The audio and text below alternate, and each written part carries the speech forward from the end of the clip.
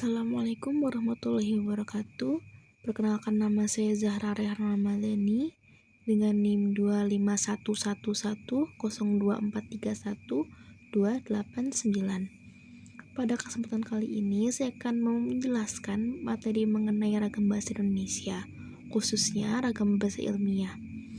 Materi yang saya sampaikan dalam presentasi ini saya rangkum dari beberapa sumber buku, yaitu buku Ragam Bahasa Indonesia karya Uti Darmawati, Dr. Khalidin, serta karya Surjina.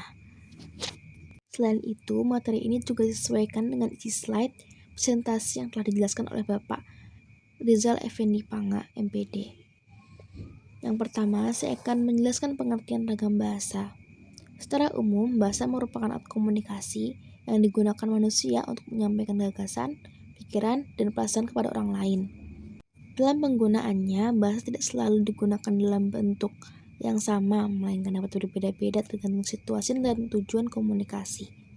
Menurut Uti Darmawati, ragam bahasa adalah variasi penggunaan bahasa yang muncul karena adanya perbedaan situasi, media komunikasi, serta hubungan antara penutur dan lawan bicara. Sebagai contoh, ketika seseorang berbicara dengan teman dekat, biasanya bahasa yang digunakan bersifat santai atau tidak formal.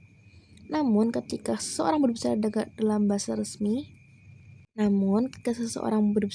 acara resmi atau menulis karya ilmiah, bahasa yang digunakan harus lebih formal dan mengikuti aturan bahasa yang berlaku.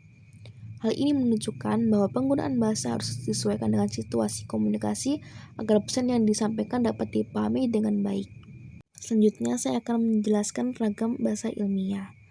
Salah satu jenis ragam bahasa yang penting dalam dunia pendidikan dan penelitian adalah ragam bahasa ilmiah. Ragam bahasa ilmiah merupakan ragam bahasa yang digunakan dalam pembahasan yang berkaitan dengan ilmu pengetahuan. Bahasa ini juga digunakan untuk menyampaikan hasil pemikiran ilmiah secara sistematis dan logis. Seperti yang dijelaskan dalam slide, ragam bahasa ilmiah digunakan untuk mengomunikasikan hasil kegiatan ilmiah seperti penelitian, seminar, diskusi, karya, maupun publikasi ilmiah. Dalam dunia akademik, penggunaan ragam bahasa ilmiah sangat penting karena bahasa ini membantu penulis atau peneliti menyampaikan informasi secara jelas, objektif, dan mudah dipahami oleh pembaca. Selanjutnya, saya akan membahas tentang jurnal ilmiah dan artikel ilmiah. Salah satu contoh penggunaan ragam bahasa ilmiah dapat ditemukan dalam jurnal ilmiah. Jurnal ilmiah merupakan salah satu bentuk publikasi ilmiah yang memuat karya ilmiah yang disebut artikel ilmiah.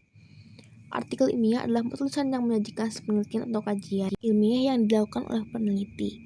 Artikel ilmiah biasanya ditulis secara sistematis dengan menggunakan bahasa yang jelas, formal, dan mengikuti aturan penulis ilmiah.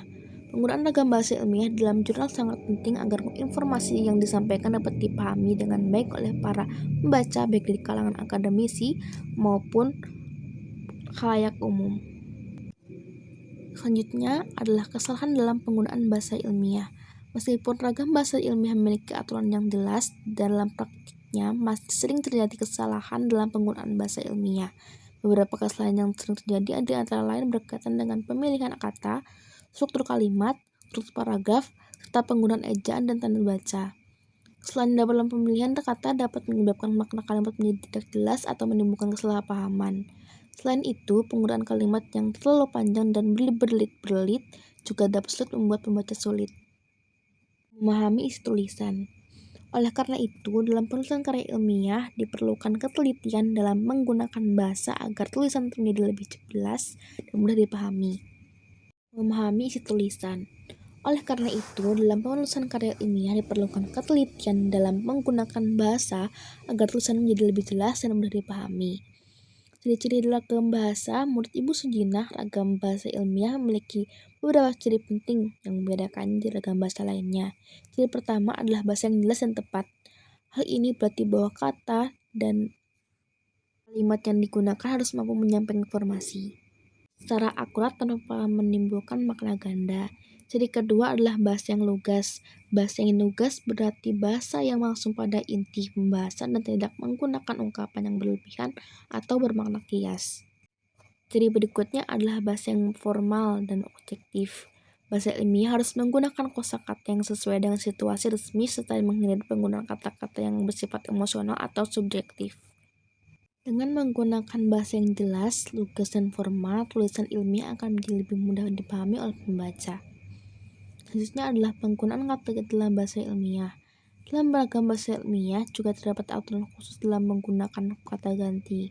Biasanya penggunaan kata ganti seperti saya, kami, atau kita dihindari dalam penulisan ilmiah. Hal ini bertujuan agar tulisan tetap bersifat objektif dan tidak terkesan terlalu personal. Sebagai gantinya, penulis bisa menggunakan kalimat pasif atau menggunakan kata seperti penulis atau peneliti. Sebagai contoh, kalimat dari uraian tadi penulis dapat menyimpulkan, dapat tuh menjadi dari uraian tadi dapat disimpulkan. Dengan cara ini kalimat menjadi lebih formal dan objektif.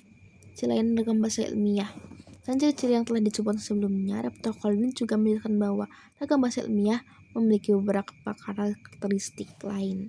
Salah satunya adalah ringkas dan padat, yaitu menyampaikan gagasan secara jelas tanpa menggunakan kata yang tidak diperlukan. Selain itu, penggunaan bahasa ilmiah juga harus konsisten, terutama dalam penggunaan istilah, ejaan, dan tanda baca.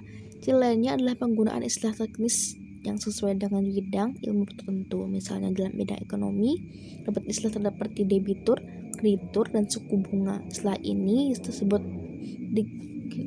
istilah tersebut digunakan untuk menjelaskan konsep tertentu dalam bidang ilmu tersebut. Berdasarkan penjelasan yang telah disampaikan, dapat disimpulkan bahwa ragam bahasa ilmiah merupakan salah satu bentuk variasi penggunaan bahasa Indonesia yang digunakan dalam kegiatan akademik dan penelitian. Ragam bahasa ilmiah memiliki ciri-ciri seperti jelas, lugas, formal, objektif, ringkas, serta menggunakan istilah teknis sesuai dengan bidang ilmu yang dibahas. Dengan memahami ragam bahasa ilmiah, kita dapat menyampaikan gagasan dan penelitian secara lebih sistematis dan mudah dipahami oleh pembaca. Demikian penjelasan yang saya sampaikan, kurang lebihnya saya mohon maaf. Wassalamualaikum warahmatullahi wabarakatuh.